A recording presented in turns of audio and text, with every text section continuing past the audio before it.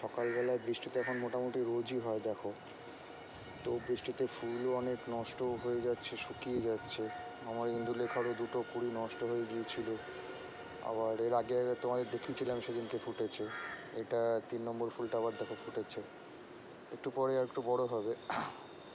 রং আর size মনে হচ্ছে আগেরটার থেকে একটু আস্তে আস্তে বড় হচ্ছে।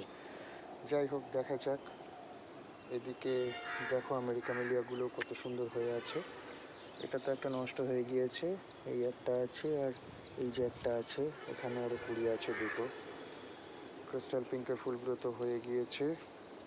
এদিকে দেখো বুচাতে আবার বেশ কয়েকদিন পর আবার কুড়ি এসেছে। আর ইয়েলো পিওনিটা দেখো কত লম্বা হয়, বেশ ভালোই কালারটা হচ্ছে আস্তে আস্তে। ওদিকে আবার দেখছি অনেকদিন পরে এই যে কামিলার মধ্যে আবার একটা কুড়ি এসছে।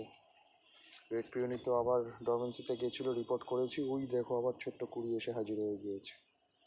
ফার্স্ট লাভ এবার বেশ ভালোই সার্ভিস দিচ্ছে, পরপর পরপর ফুল দিয়ে যাচ্ছে। অক্টোপাসে দেখো এটা আজকে ফুটে যাবে একটু পরে। এদিকে আরও জোড়া কুড়ি রয়েছে এখানে, দেখতে ভালো লাগছে আজকে। এইটা দেখো, এটা আধ ফোটা অবস্থায়, আর ওই পাশেরটা পুরো ফুটে আছে।